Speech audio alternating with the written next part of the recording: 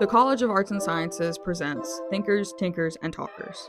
This podcast is a chance to get to know faculty behind the scenes and who they are outside of the classroom at Northwestern State University in Natchitoches, Louisiana. This podcast is for the faculty of NSU, students, and anyone else who may be interested in the topics that are discussed. Hosted, edited, and produced by Grace Jensen, each episode will give you an inside glimpse of certain hobbies or interests of NSU staff. We encourage listeners to get to know the person, not just the professor, and a piece of their lives outside of campus. This is Thinkers, Tinkers, and Talkers.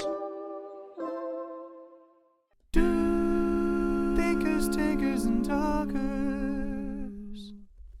Hello! Welcome to Thinkers, Tinkers, and Talkers. I am your host, Grace Jensen. Oh, it's really weird to say, because this is like my first actual episode, and not just me sitting in a booth by myself talking. So I'm joined today by Mr. Steve Gruesbeck. If you want to introduce yourself a little bit. Sure. I've been at Northwestern since 2001. I came here actually for graduate school in 94. I was here in 94 through 97 studying clinical psychology. I just got my undergraduate degree in 94 from a school in Texas and came here. Met my wife, Leslie Gruesbeck. Leslie Gregory was her maiden name. She's the head of the art department now. And we moved back here in 01. And I've been associated with the psychology department since then, 2001. But I've also worked in academic advising and career counseling. And I've worked in a role where I oversaw tutoring taking place here on campus. And then I began doing some grant writing and some grant work. And the whole time I was teaching psychology, and I'm still a part of the psychology department. But I also write grants and administer programs that are designed to help high school students make the transition from high school either to college or to work. And I think getting students ready for the world of work and getting them prepared for the world of work is real important. And so I'm happy to continue to work on that project now and far into the future. Awesome. I definitely agree with the whole getting kids ready to work, because as someone who's graduating in May, having to get a big girl job. I also think it's really funny, you've been at this university longer than I've been alive. Yeah, which is really crazy, because I was born in 02. I have two daughters. One was born in 01 and one was born in 03. And many of the students that I'm teaching now were born around the same time, right, or even later than my children. Yeah, and I think, oh my gosh, now the balance has tipped. Oh, yeah. And I am older than, or I've been here longer than most people have been alive. Right, and even like some of my coworkers at the radio station, a couple of them were born in like 05, and that's such a foreign concept to me, because I just think of my little brother who was born in 08, and he's almost 16, and I look at him and I'm just like, you're still a 8-year-old little boy. You're not a high schooler to me. So it's really, really crazy. Well, I brought with me some watches to show and tell, and some of these are from 07. Some of them are from 07. I think maybe the oldest, but there might actually be some that are early 2000s, maybe even late 90s. Ooh. So some of them may even be older than you are. Wow. So on the topic of watches, as someone who is in the field of academics, most people view you just from your field of study. So we, in this podcast, we want to take a moment to kind of get to know you outside of your department. So as you've kind of mentioned, you are very interested in watches. When did this interest kind of develop for you? Well, this has been a long time relationship between me and watches. And it probably could be if we had to drill down, we probably would get to this to the legend of this very stylish spy from England who has a numeric code 007. And 007, I was about to say, Bond, I'm like, I know you're. It's probably James Bond. James In my head, Bond, I was like James Bond. He had the best clothes, he had the best cars, and he had the best watches, and he had the best adventures and dinner dates and so on and so forth. And so when I was a young man, I was able to do the math and look and think, okay, well, I want dinner dates like his. I want to go to exotic places. Well, I can't afford an Aston Martin. I can't afford the cars that he's got. One can dream. But I might be able to afford a watch.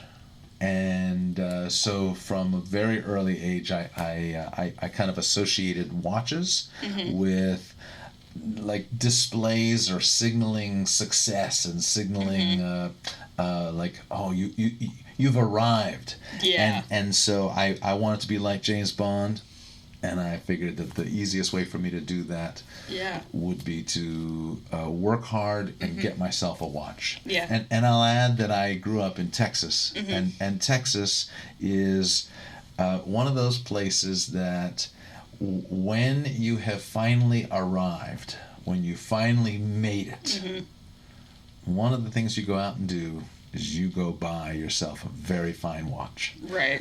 Here in Louisiana, you buy a bass boat. Yeah. And then a really cool trailer. Oh, yeah. And then a F-250 or a 2500. Either that or a really nice pair of boots. An excellent pair of boots. Yeah. Well, in Texas and too. Houston and Brownsville, Texas, besides those things, Yeah. you get yourself a watch. Right. And the watch was the thing that I glommed onto. And probably the first... I had cool Casio watches, digital Casio watches, that probably I had when I was, like in middle school. In the 80s, digital watches became very cool, and everyone was rushing out to get Seiko watches or Casio watches. Yeah. And interestingly, those are the very same watches that are pretty chic today. Yeah, like I remember when I was in like middle school, my older brother, he's 3 years older than me. So he was in high school when I was finishing like up middle school. Like he graduated high school whenever I was going into high school. So I remember whenever G-Shock watches were like a big thing. And like you were cool if you had a G-Shock watch. Like my older brother had a couple of them. His now fiance, I think, still wears her G-Shock watch. And like I remember always wanting one, but they always looked like really bulky to me. Yes, they are really big. Yeah. The G-Shock was kind of like the second generation of those digital watches. Yeah. The first ones, which are actually pretty popular now, are much more slender, more rectangular, as opposed to being big, round, chunky. Kind of like more reminiscent of like a Casio. Yeah. Kind of looking watch. Rectangular, black rubber strap or black plastic strap. Yeah. Sometimes they even have like a cheesy elastic metal strap. And at one time they used to have like a red readout. The digital numbers were red, and you had to press a button in order to see them. Yeah. And so I had those. Yeah. And those were probably my first ones. And then there was in the 80s there was an inexpensive analog watch called a Swatch that became very popular. I think like 83, and suddenly everybody wanted to have a Swatch, and I remember collecting a number of Swatches.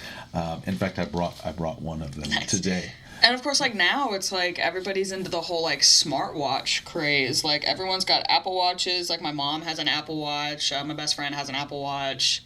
I'm pretty sure my brother's fiance has one too. And I had one for a while when I was in high school. And like they're convenient. It's just like if you're in the kind of like fashion world, it's like this kind of like taboo to like wear an Apple Watch all the time.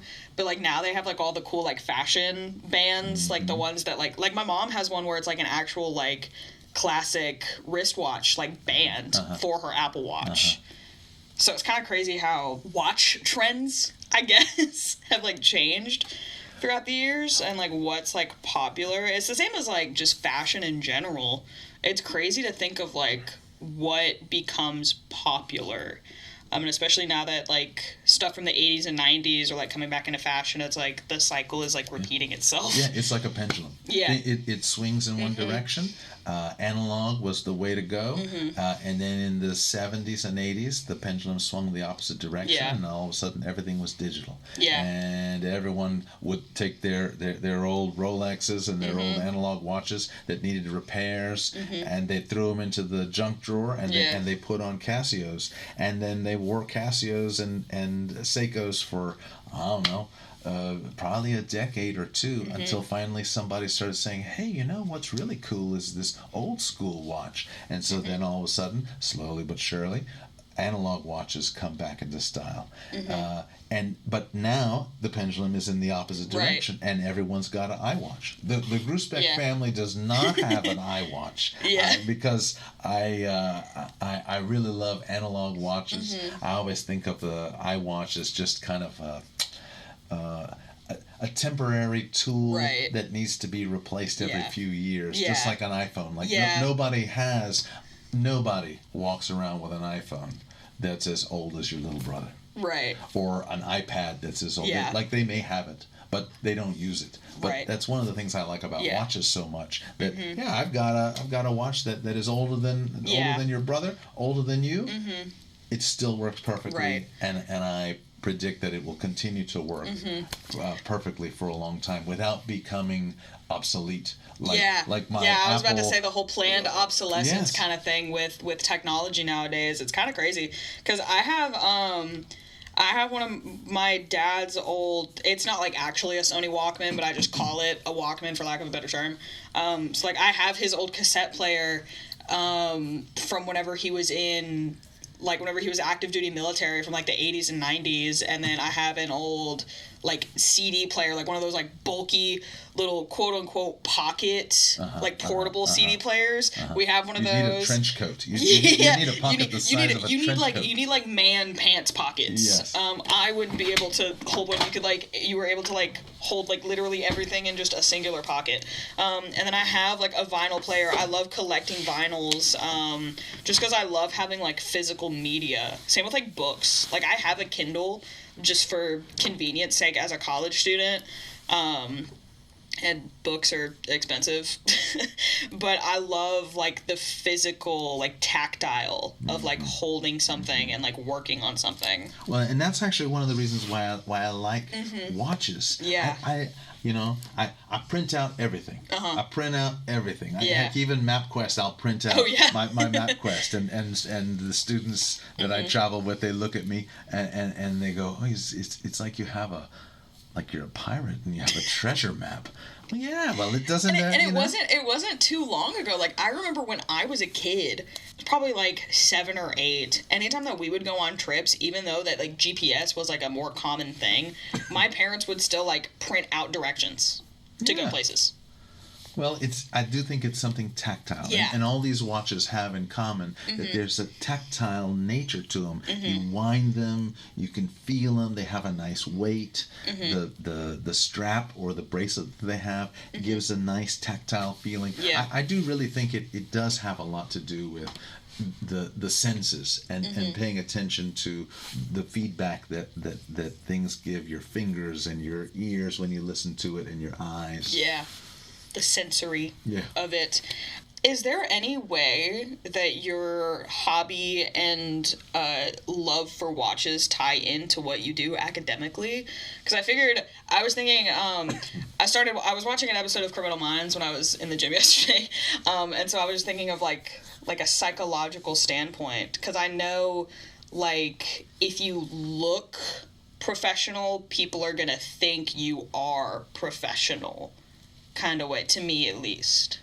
Well, that was the formula, right? Yeah. I mean, that was what inspired the whole thing. Yeah. I wanted to have the same dinner companions that James Bond had. Right. But I knew I couldn't get a car like his, and I probably couldn't go to Zurich as easily as he could. Yeah. But I thought I can dress like him and I can have the same trappings that he has. And the watch was a way to do that without, in my head, it was kind of like a subtle little cue that says, hey, I'm polished, I've got it going on, and I really wanted that watch to kind of serve as like a punctuation mark. I wanted the watch to kind of be emblematic of, I have this perception of this person, and that watch just sealed the deal, because even though it's just a plain stainless steel watch that looks like everyone else's watch, I can see that little crown on the dial, and I know exactly what that crown means, or whatever the logo was, or whatever it was. But I saw it as a way of kind of trying to provide a subtle message that says, "Yep, I am as accomplished as I look." That was the formula when I was a 16-year-old boy. I wanted to send that message. So I have thought ever since then, and even probably before then, that people do, from a psychological standpoint, from a social standpoint, we make split decisions about people on appearance. And I think that watches may be a subtle way of signaling to the viewer, to the person who's judging you or evaluating you about whether they want to go into business with you, evaluating whether or not they want to go to dinner with you, evaluating whether they want to spend time with you. I think that a watch is a very subtle way of broadcasting something that if the person recognizes it, you got them. See, that's me, but with, like, I can recognize, like, perfumes on somebody. Like, I can tell when someone's wearing, like, a very, like, specific kind of cologne or, like, a very specific, like, brand of perfume.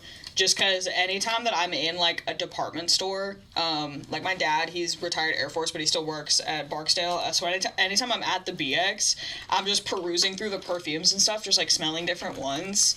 So, like, it's like a recognition kind of thing. I was just like, I know that's an expensive perfume, or I know that's an expensive cologne. But it's subtle, I know you right? mean business. It's subtle. Right. Like someone can tell you, I mean business.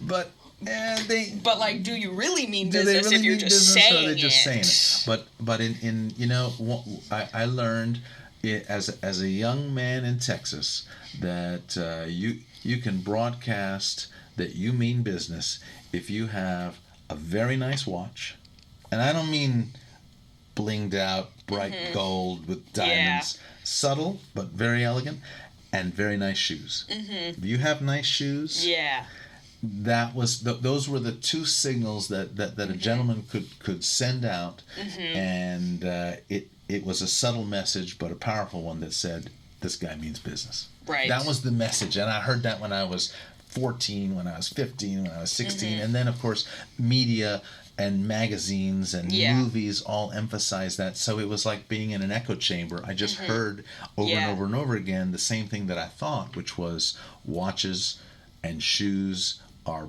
very important accessories for one's appearance. And of course, because I'm interested in psychology and I'm interested in the role that appearance has on impressions and impression management and influencing other people, all that ties together. I think it's fascinating, and the watch is one way of kind of quietly sending what I hope is a powerful message. Now the interesting thing is that probably the other thing that is at play here is marketing genius. Oh yeah. Because I have not had very many dinner companions like James Bond. Yeah.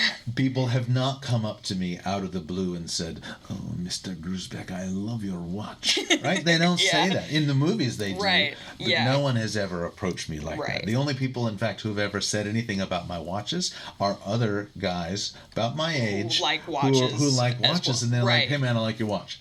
And, Yeah. And then we may have a conversation or not. Usually we kind of geek out because we finally find someone else who likes it. Who also shares your interest. But I think that it's a great marketing effort, that the seed was planted in the 80s, and they just kept that thing going.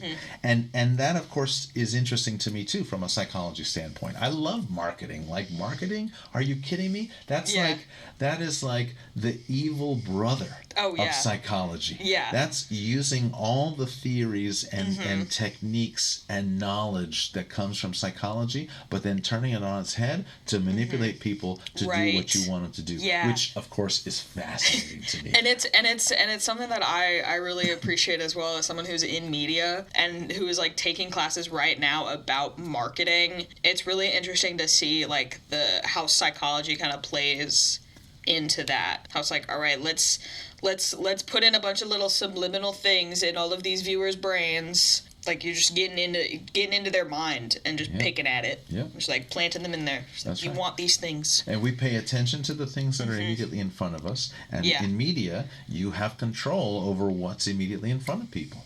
Right. And that may be watches and other luxury goods that you push, and so then we begin to associate these luxury goods with all these splendid things in life, and so then we're like, oh well, I got to get these luxury goods, or a political agenda, or whatever. Like you in media and in marketing, people control what they present to others, and the consumer is vulnerable to believing whatever is immediately in front of him. We don't we tend to be lazy, right? We don't want to look beyond what's immediately in front of us. And so marketing and media, I think, are very powerful sources that I think sometimes people don't acknowledge or don't give credit to, but it really is important to consider how much influence marketing and media has on us. And of course, that's fascinating to me from a psychology standpoint. Yeah. And I teach about that often in the psych classes. Yeah. To pivot a little bit, just as a general curiosity, if you could make a living doing this, like being in the field, quote, quote, field of watches, for lack of a better term, or something along those lines, would you? Absolutely. Absolutely.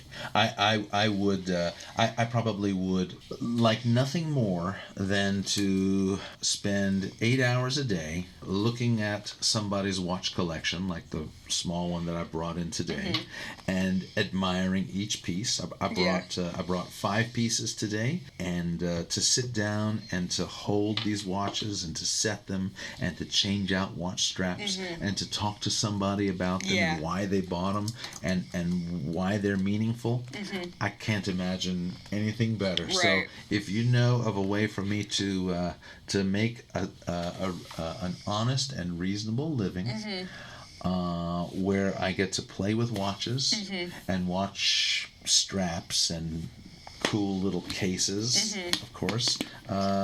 I'd love to know about it, and I'll take it. Maybe you can help me launch my my career in talking about watches. One of the things I am pretty good at, that my wife and my kids always comment on, is that I have this elephantine knowledge about watches and when watches were made.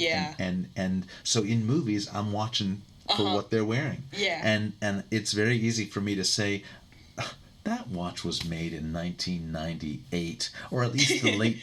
It's like one of those. 90s. It's like one of those things where like you can notice the inaccuracies of like when a movie is set in, and like when a movie is like supposed to be taking place during, and it's like poor product placement. That's right. And so my family is like, oh my God, you need to go into consulting where you can just call and say, hey man, don't put an don't give that guy a watch from 2020 when this movie is supposed to take place in 1990.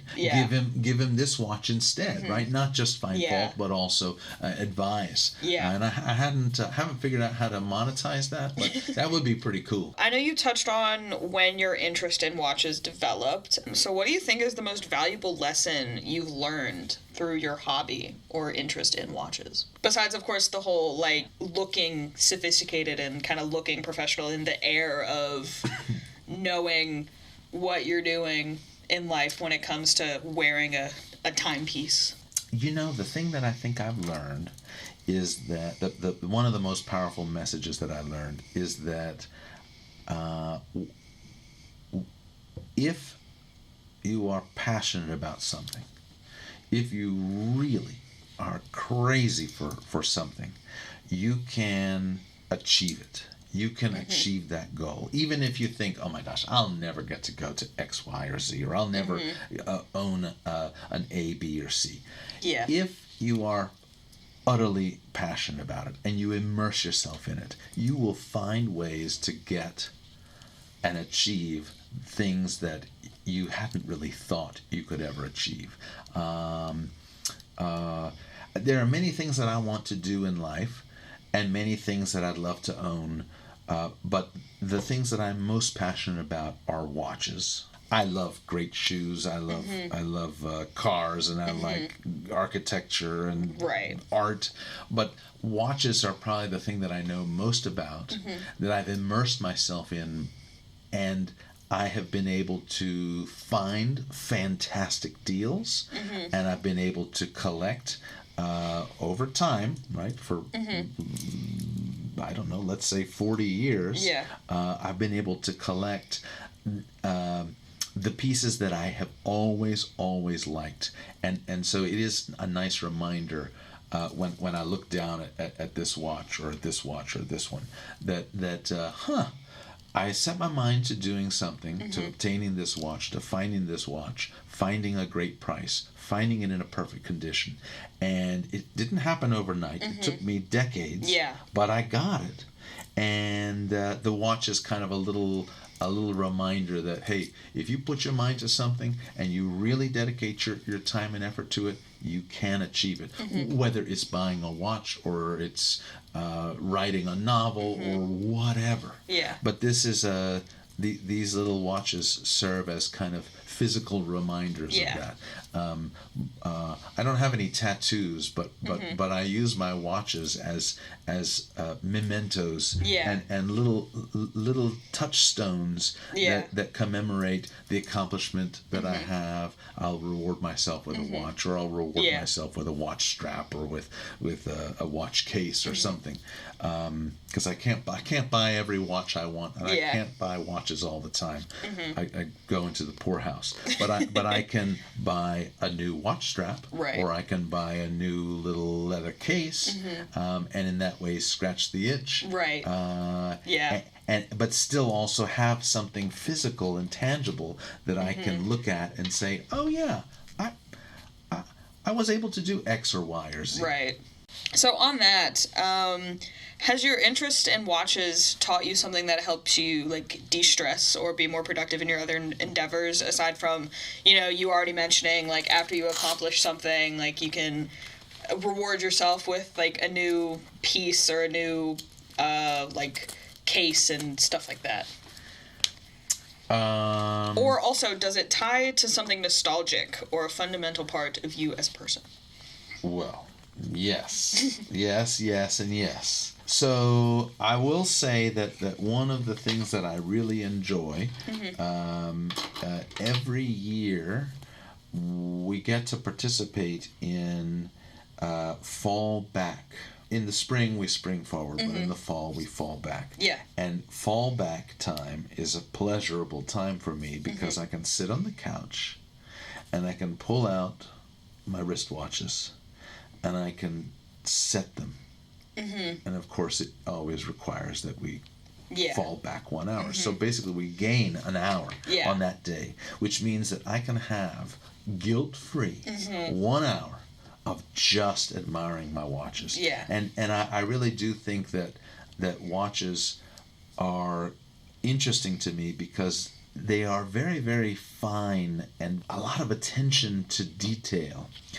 Detail of the dial, detail of the numbers, detail on the strap, and those kinds of things really appeal to me because somebody has gone to great lengths to make these things just right. The watches that I brought with me today as examples, there's no sloppiness to it, and that's real. It's like real reassuring to me to have something that is very small, very precise, and very compact, and about as perfect as we can find. With my iPhone, it routinely needs to be hard rebooted. Right. With my, our stove at home, sometimes you got to unplug it and replug it, and then all of a sudden it works great. Yeah.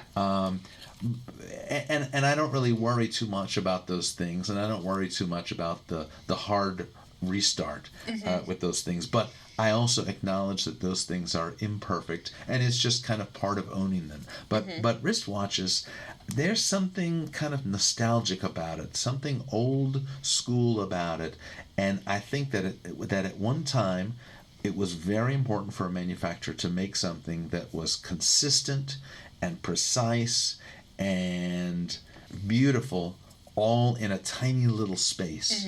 And so it's like a little tiny little, I don't know, probably 2-inch by 2-inch space where everything is neat and tidy and where it belongs, and everything works together as a little team, all the little gears working together, and I really like that. And of course it also ties into my childhood because I loved watches. My dad introduced me to watches. He liked James Bond, and I liked my dad, and I liked James Bond, and so I wanted to learn more about James Bond, and my dad collected watches. Right. In the 60s, he was stationed in Germany, and every officer who wanted to could go out to the PX, similar to, what did you say? BX. The BX. The Air Force refers to it as the BX, or at least, like, to me, it's the BX. I think Army refers it as the PX. Okay, so he went to the PX, and if you were a young officer and you had a little extra cash, you went to the PX and you bought yourself a Rolex. And you came back to the States with said Rolex. And he had a Rolex, and I remember it vividly. He wore it all the time. It was stainless steel, unassuming. Most people would never know what it was, but I always knew what it was, and I always thought it was kind of cool. That it was kind of under the radar. And I've never been to a PX or a BX, but I want to go badly. I really am fascinated by it. So yes, these things are nostalgic. I've had many of these watches for decades. I also do take very careful care of them. I wear them all the time, but I am pretty careful with them. I probably don't wear the same one for a week or 2 or 3 at a time. I might have 2 or 3 out that I kind of cycle through.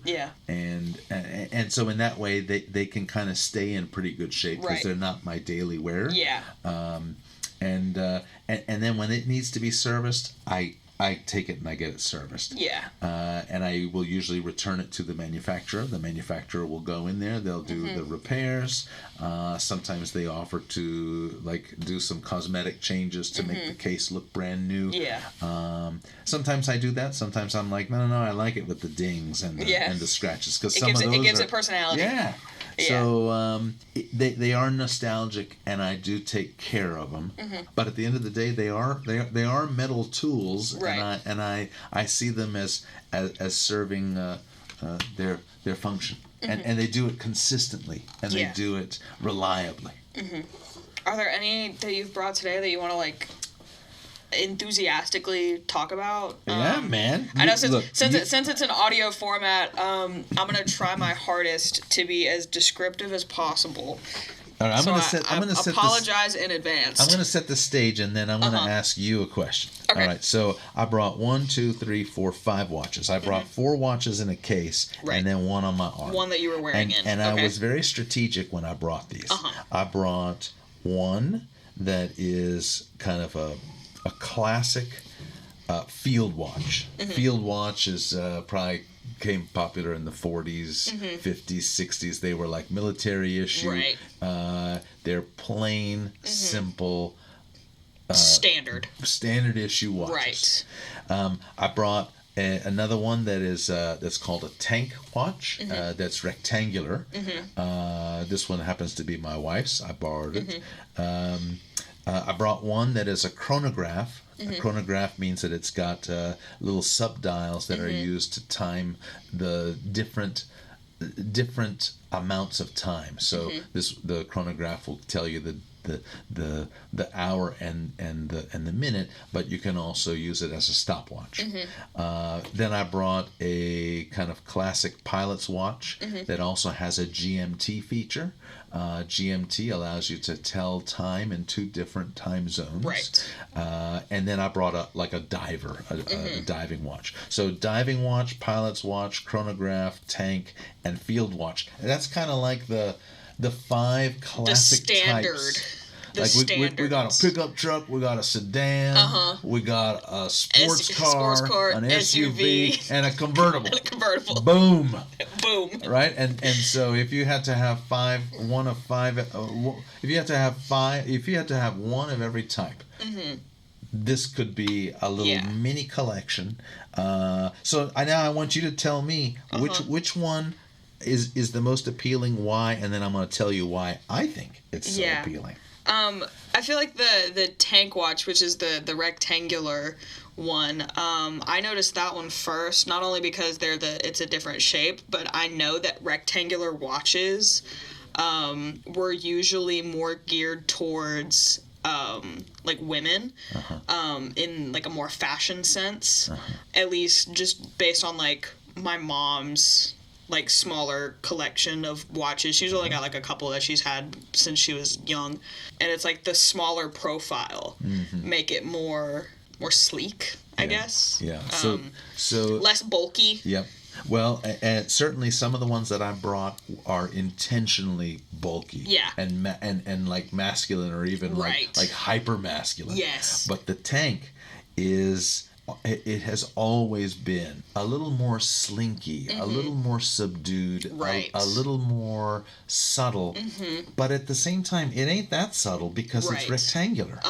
And if we close our eyes, most of us think about a round watch, maybe with a fabric or a leather strap. But the tank is different because it's rectangular. This one is about the size of a postage stamp. Old school postage stamps. You don't use them for email, but in back in the day, you used to put them on an envelope and send them somewhere. Think like the size of like the first knuckle of your thumb. Okay. Standard. Excellent. At least. Good. Rectangular. It's got a white dial. This one has a metal bracelet. Sometimes, actually, I think most of the time they're on a leather bracelet. Make them for men, make them for women, but they are.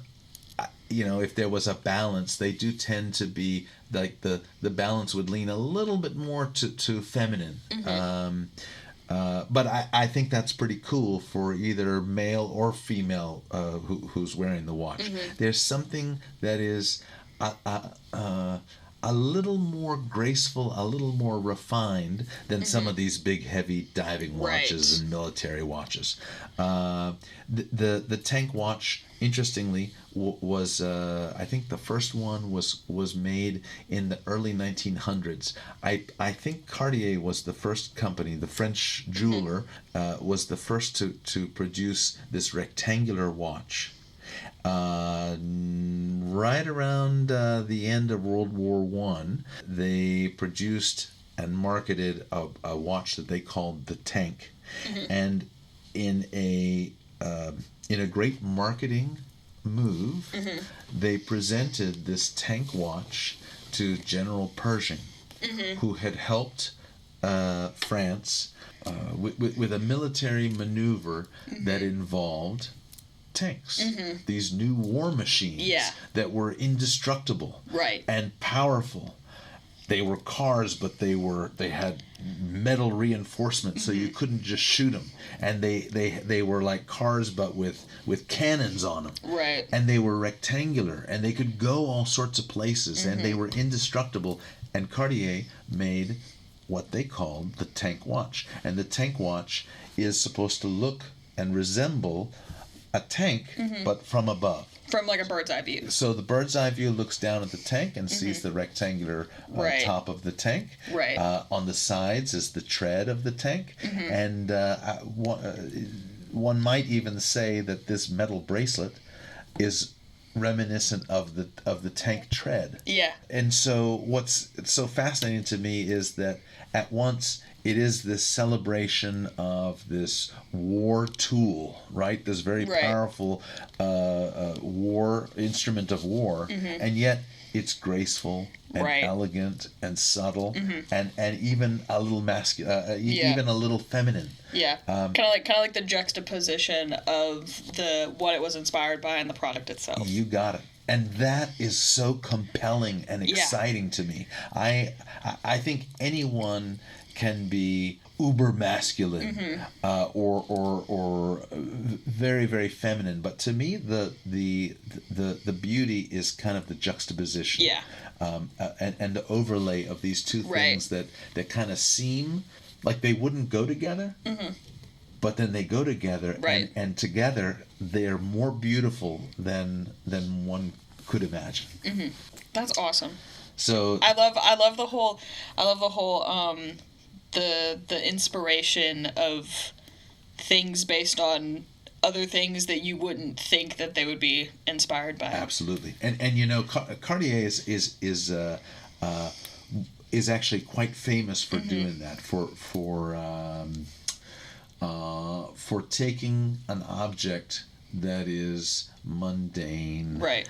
or hyper masculine, or just a tool, and then refining it and turning it into something Right. outrageously beautiful. Yeah. You've probably seen the Juste un clou, I think is what it's called, and it's a nail. It's a nail bracelet. Yeah. It looks like somebody took a giant 8-inch nail and curved it into a bracelet. Right. And it's got like a point like a nail would, and it's got a head like a nail. But you make that out of platinum, or Yeah. you make it out of gold, and you polish it, and you put it on a slender arm of somebody who's incredibly well dressed, and you go, huh? Yeah. That is an interesting juxtaposition of something as mundane as a nail, Yeah. but turned into something beautiful. Yeah. So Cartier is particularly gifted in turning things kind of on their heads and making them more sexy and alluring and appealing than one could ever Yeah. imagine. Yeah. Probably no other jewelry house other than Cartier can Right. pull that stunt. Yeah. Like just finding the elegance in literally everything. Yep. That's right. So okay, so the tank, and this one is made by Baume & Mercier. Baume & Mercier has been around for over 100 years. I think 1830s maybe is when they started making watches, and they're like the little cousin Right. of Cartier. They are drastically less expensive. Yeah. But they take a lot of the same design cues and elements from Cartier. So this is the poor person's Cartier tank. Yeah. And I actually bought this on eBay. It was used. It was one of those things that somebody hadn't probably got it as a gift. Right. Didn't bother taking care of it. Needed a new battery. I got it maybe for about $100. Yeah. And I very carefully cleaned it up.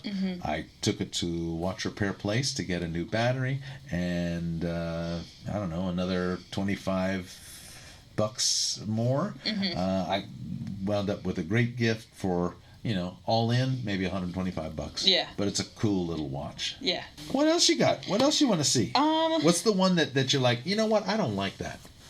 and that's perfectly fine. My feelings won't be hurt, because I want to be able to find out why you're not so crazy for it, and I'll tell you why I am crazy for it. The diving watch, the one with the This one? because it's got the. I've never really been the biggest fan of like tactical.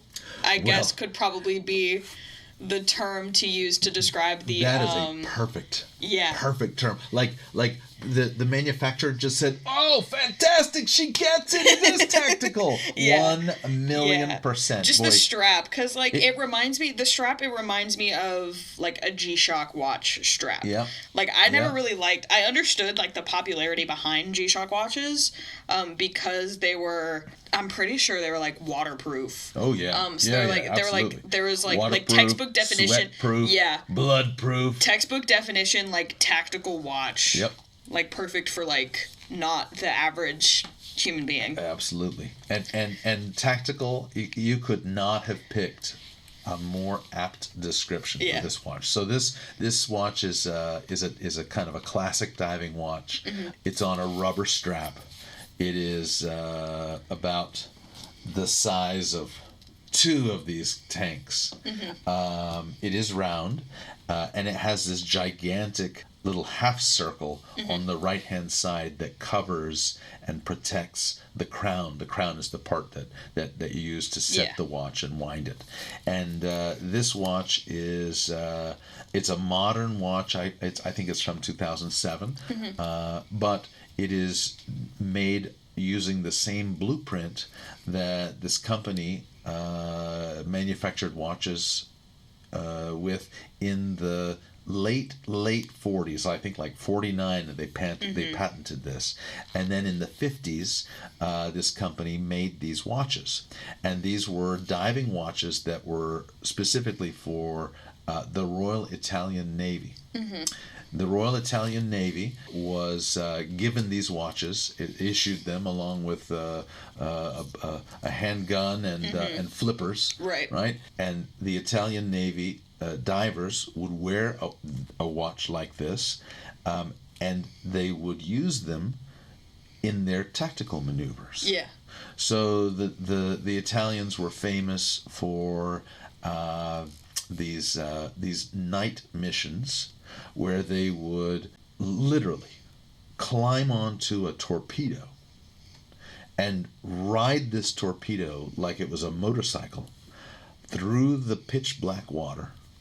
They couldn't see anything, but their job was to get this torpedo close enough to the enemy's boat, park it, for lack of a better word, near the boat, turn it on, and then swim as fast as they could far away, so that when that motorized torpedo struck the boat, it would explode. Well, these dudes were swimming at night, deep underwater. They couldn't see anything. But the Italian military, in their great wisdom, said, "Oh, we'll fix this. We will give you a wristwatch that you can wear and use to time your attacks. And if you know, for example, that this motorized torpedo travels at 1 mile an hour, and you start your mission at exactly 3 in the morning, then at 3:55 you better turn that thing off. As long as you have been traveling in the same direction as you were intended." And they would give them 2 things. This company made 2 things. They made wristwatches with glow-in-the-dark dials in the 40s and 50s, and they made compasses that also would glow in the dark. And they said, you use this compass, and you just close your eyes, and you just ride straight. Close your eyes, say a prayer, and go. And so for 55 minutes, they would go in one direction, making sure that they were not going over 1 hour, because this thing was only going to travel 1 mile an hour, but they were exactly 1 mile away from the boat. Make sure they're in the right direction, and at 55 minutes, you stop, get off your boat or get off your torpedo, swim around, make sure you can feel the side of the boat. You time it, start your timer, press go, and you swim in the opposite direction. And then you know, using your glow-in-the-dark watch, exactly when that thing is going to strike the boat. And these guys were wildly successful. And today we're like, yeah, glow-in-the-dark watch, so what? Glow-in-the-dark compass, so what? But in the 50s, this was like a top secret tool. Genius. It was genius. I wonder, was that still whenever, like, radium was being used? Interesting that you should ask. Somebody must have done her homework. Okay, so I remember, whenever I took a chemistry class, like, I remember reading about, like, radium and its uses. You got it. And I see videos of people, like, trying to find, like, radium, like, glass and stuff like that. And then, like, it glows. So in the 40s, I think late 30s, early 40s, this company was using radium to make the numbers glow. Right. And I think that it was in the 40s that this company patented a particular type of radium that was called Radiomir. Right, yeah. So this is an Italian company who had a relationship with a Swiss manufacturer of the movements, and Panerai patented Radiomir. So Radiomir was used on the dial of the watches and on the compass, and it was wildly visible at night. Right. Only. Well, it causes cancer. Didn't really do a whole lot. So in the 50s, they introduced a new glow-in-the-dark product that was now going to be called Luminor. And Luminor was tritium based. Right. And tritium was much safer than radium. Yeah. Well, these days we discover, tritium is not as dangerous as radium. But it's also still very much carcinogenic. Yes, and so these days we don't use tritium either, nor do we use Luminor. But this watch that I have on my wrist is called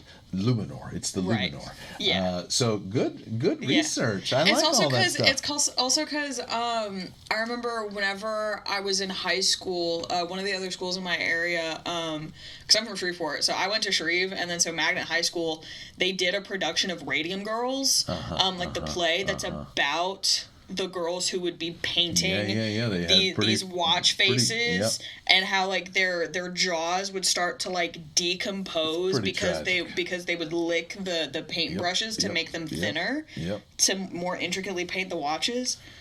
It was crazy to learn about that. And then I think sometimes they would paint their fingernails and maybe even their teeth just as haha, look at this. Yeah. And it's like, haha, it glows in the dark. We realize, oh my gosh, no, please. That's tragic. Stop. You are actually physically decomposing as you are still living. Please stop doing that. So, fortunately, none of these watches in front of you have tritium, radium, none of those thank you, modern science. Terrible things that whereas they glow in the dark, they weren't very healthy.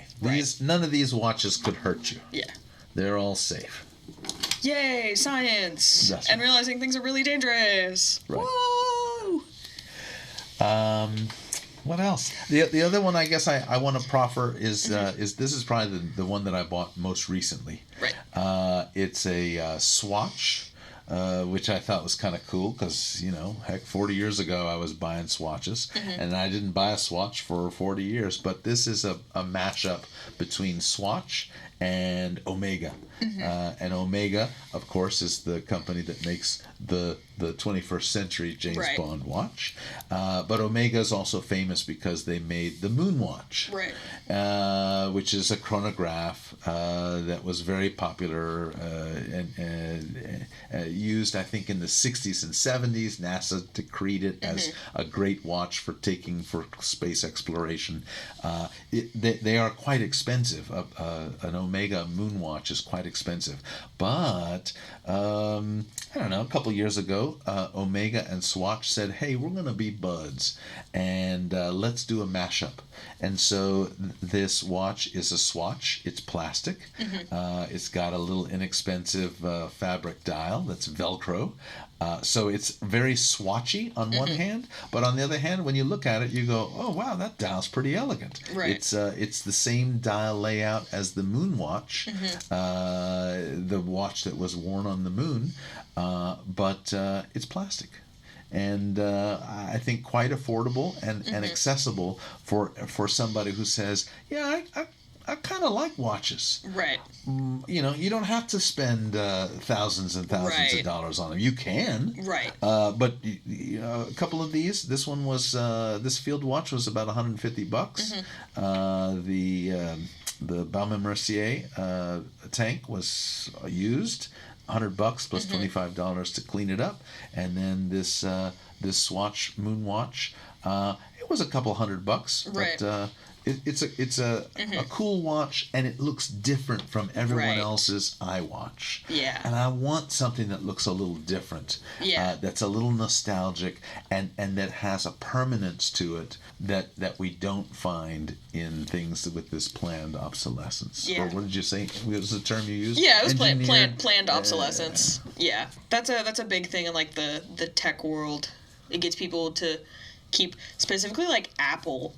Apple just had one of their most recent like iOS updates, like one of their new software updates, and then after a while, like the older generations of iPhones, they just stop getting those updates. And so it just kind of like forces you to kind of upgrade your phone if you want the new features and stuff like that.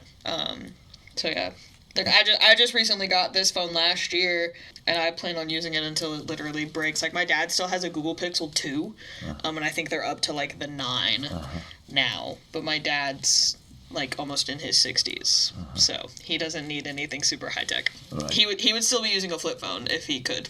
Yeah. So.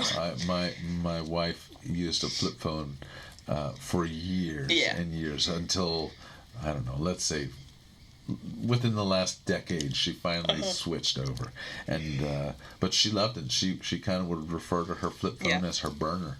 Yeah. I mean, and flip phones are like starting to come back into like trend now, I guess. Like people, because I know I've seen a couple videos on the internet of people using like flip phones like whenever they go out, just on like the aspect of like being more detached from the technology and being more in tune with like what you're doing, and then also just from like a photography standpoint, because like people really love the look of like quote unquote bad photos that are like taken on like an old camera.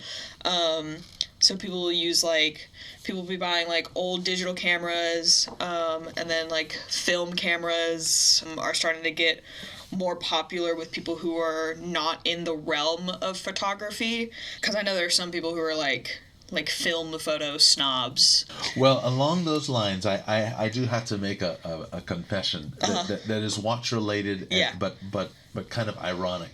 So in the watch world, if you have an analog watch, right? All of these are analog watches.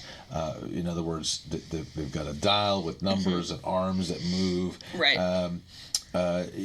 One can have a watch that is quartz powered, right? And so a quartz watch is probably going to be powered with a battery. Yeah.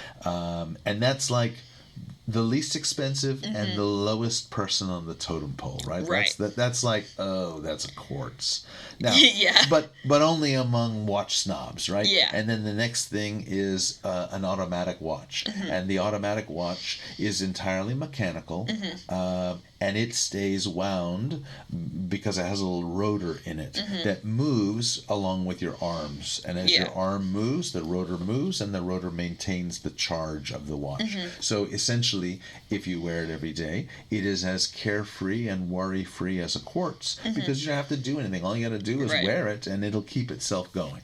And then at the highest level is the hand wound. And the hand wound is thought of as being elegant and the most refined, because the owner has to engage and interact with his or her watch each and every day to keep it wound, which of course is kind of ironic because that's how it used to be, right? And now we pay extra to get a watch that's like it used to be, right? So and what is like what's convenient and 21st century is battery powered stuff, right? But that's thought of as the lowest of the low among these more mainstream. So it's kind of a funny irony, and then to take it one crazy step further. With some of the watches, these automatic watches that have to be worn to stay wound, manufacturers have discovered that, we can sell a watch winder. And a watch winder is a little device upon which you can place your automatic watch, and it rotates. The watch winder rotates, let's say 150 times to the left and 150 times to the right, emulating what it would be like if the watch was on your arm. So you can buy watch winders. You can spend $50 or you can spend $2,500. Yeah. But the common denominator among those watch winders is that they're cordless. Yeah. They're battery powered. Now, I'm paying extra for an automatic watch that's not battery powered cordless. But then, in order to keep it wound, I go out and I buy myself a winder that's battery powered. Yeah. One might say, well, why didn't you just buy the quartz watch, which is also battery powered? How come you don't like the battery in the watch, but you don't mind the battery in the watch winder? So that is an example of the fact that all of this may be very cool to me, and I can make it sound sophisticated, but there's a little madness in here too, like a little wackiness that I hope nobody will see. But I don't mind confessing that there's some wackiness in all this as well. Yeah. So to kind of pivot back into the questions that I have, what is something that people would be shocked to discover about you? Just to kind of as a general to kind of close out the episode. What would they be shocked to learn about me? That I have a vast, nerdy knowledge about watches. Man, I could talk to you for weeks without stop. All you got to do is bring me coffees, and some more watches to talk about, or the interwebs, so I can show you on the computer, and I can tell you about all sorts of watches. I can tell you about approximately when they were made, who made them, who wore them, what kind of person wore them, around how much they cost. I can tell you a lot about watches, and I don't actually talk to people about watches that often, because I think they're going to think I'm a total nerd, because it's very easy for me to geek out on it. And they would be surprised to discover just how much time I spend. Like, I'm looking at watches daily, never during work hours. Obviously. But when I'm home, I'm looking at watches. Once you're clocked out, it's like, all right, it's watch time. Yeah, and I always know what time it is, right? Because, I mean, like, I know when I can start. But I know I spend probably over an hour every day combing through, looking at new stuff, looking at old stuff, learning about stuff. Well, you do that for, I don't know, 40 years at an hour a day. That's a lot of time. So I know a lot of stuff about watches, and I rarely will talk to somebody even as long as you and I have spoken, because I'm usually embarrassed to kind of geek out in front of somebody, because I think they'll think, what the heck? Why is this guy talking to me about watches? Hell, why does he even have a watch? He's got an iPhone, right? Yeah. So now that we've had a moment to get to know you outside of the classroom, is there something you can say about you as it pertains to your academic field of study, or how your outside interests make you into who you are, and how that's incorporated into you as an educator? Well, I certainly do think that it's important for students to know, for my students to know, that if they're really passionate about something, if they're really interested in something, they can accomplish a lot in that area. They can, like, if you really, really love it and you spend a lot of your waking time focused on it, you can't help but become successful in that area. I want students to, obviously I want students to see me and think, that guy seems like he knows what he's talking about. He seems to have it together. I should listen to him, right? I want people to think that. I also think it's important for students to know, and I say this to my friends too. I think it's fascinating to talk about the influence of social media and the influence of marketing and Right. how we really do pay attention to that stuff. Right. And it's wildly influential on us and how we choose to spend our time and how we choose to spend our money. There's a lot of intentionality. And I don't mind saying, oh yeah, I took their bait, and I've gone, entirely down into the rabbit hole, and I know that I was led along to the rabbit hole through genius marketing. Right. But I don't mind. I mean, like, Yeah. we're gonna fall down a rabbit hole one way Right. or the other. But I think it's an important message for students to pay attention to and to be aware of, because this could be a career that they're interested in. They can Right. go into marketing. They can use psychology to help people sell things that they need to sell, or go into media to help influence people's decision. They can help in marketing. There's all sorts of application of psychology for evil, right? or for things that are other than Right. helping out someone who's anxious or depressed, right? I mean, like, we always think Yeah. that's the role of somebody in psychology. But if that's and that's noble, right? Right. It's a noble thing, and we need it, absolutely. But if you want, you can also use all the theories that we talk about to help sell products better, to help steer customers towards one product instead of all the competition. Yeah. And so I think that people can apply psychology and what we learn in the classroom to all sorts of different domains. And I think that may be eye-opening to some people who enter psychology and then discover, you know what, I don't know that I want to become a counselor. Right. And I don't know what I'm going to do with this degree. Oh man, are you kidding me? There's lots of cool stuff you can do. You can go into HR, human resources. You can go into industrial organizational psychology. Like, there's more avenues where you can go and do good with your psychology degree Than just being a psychologist. Correct. Right. Correct. But if you wanted to be evil, you could With go the, into with marketing. the stereotypical twiddling of the fingers. Yes. The meeting of the hands. Yes. The and the Persian cat. That, Oh, yeah. Or the comes. hairless cat, the Sphinx the cats. hairless cat, yes. It's either a Persian or a Sphinx, one of the two. That's right. All right, just to close out, is there anything else that you'd like to add, just in general? Well, I am utterly delighted to have been asked to do this. I am a humongous fan of the creativity and kind of innovative ideas that your college is promoting.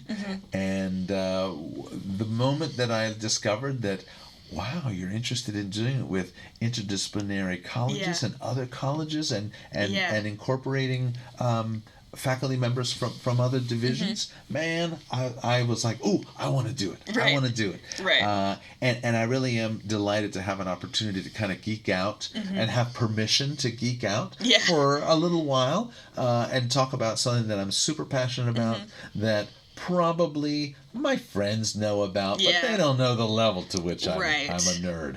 Right. And I think the vast majority of my students don't know this characteristic about me, or this detail about me. And I hope that that many are pleasantly surprised, and that some might even say, huh, I like watches too. And I'm here to tell you, man, you can get into this at all sorts of price levels and all sorts of price points. And if you're passionate about it, you should research them, find one that you like, and if you look hard enough, you will find it, and you'll find it in the condition and the price that you want, and hopefully it'll make you as happy as these make me.